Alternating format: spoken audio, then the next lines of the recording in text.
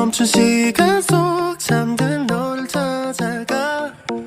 Re, terima kasih sebelumnya aku mau ucapin buat kalian yang udah sempat nonton video ini. Jadi kali ini aku mau bagiin materi biologi kelas 11 semester 1 untuk bagian sel. Sel nanti itu untuk hari ini kita akan bahas tentang konsep sel dan komponen kimiawi penyusun sel. Nah, sebelum masuk ke materi, jangan lupa like, komen, dan subscribe channel YouTube aku, dan masukin komentar kalian untuk saran-saran video selanjutnya yang akan aku buat, mau itu materi biologi, materi kimia, atau materi bahasa Indonesia. Oke, terima kasih, selamat menyaksikan.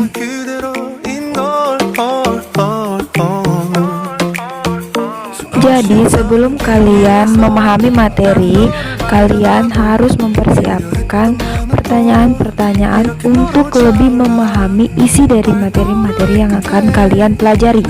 Seperti untuk saat ini, yang pertama itu kita akan belajar siapa sih penemu sel. Terus yang kedua, kita akan mencari apa sebenarnya pengertian dari sel. Yang ketiga, apa sih sebenarnya arti dari uniseluler dan multiseluler.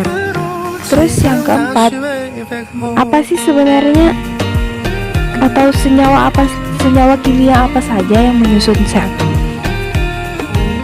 Oke, jadi pertanyaan ini akan menjadi pedoman kita nanti untuk mencari materi-materi apa saja yang akan kita pelajari di bab sel ini. Oke, jadi langsung aja kita mulai ke menjawab pertanyaan yang pertama. Jadi, siapa sih penemu sel?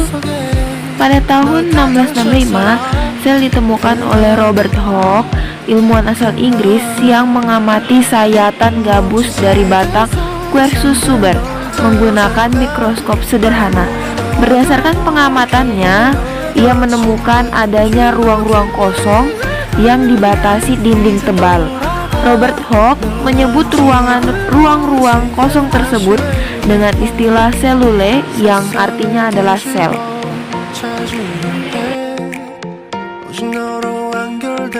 Oke, masuk pada pertanyaan yang kedua. Apa sih pengertian dari sel? Nah, sel ini merupakan unit struktural dan fungsional terkecil penyusun makhluk hidup. Apa itu struktural dan fungsional? Jadi unit struktural terkecil maksudnya sel ini merupakan penyusun yang mendasar bagi tubuh makhluk hidup. Nah, kalau unit fungsional terkecil itu sel dapat melakukan berbagai proses kehidupan. Masuk ke pertanyaan yang ketiga. Apa sih sebenarnya multiseluler dan uniseluler itu? Nah, jadi makhluk hidup itu ada yang dibangun oleh satu sel dan banyak sel. Nah, untuk yang dibangun oleh satu sel itu disebut uniseluler. Nah, biasanya itu seperti bakteri. Bakteri itu hanya dibangun oleh satu sel. Nah, untuk yang banyak sel itu atau multiseluler itu biasanya ada manusia, tumbuhan, dan hewan. Oke, masuk ke pertanyaan yang keempat. Apa saja sih senyawa kimia penyusun sel? Nah, untuk senyawa kimia penyusun sel itu dibagi menjadi 4. Ada unsur makro, unsur mikro, senyawa organik, dan senyawa anorganik. Unsur makro itu merupakan unsur terbesar yang menyusun sebuah sel.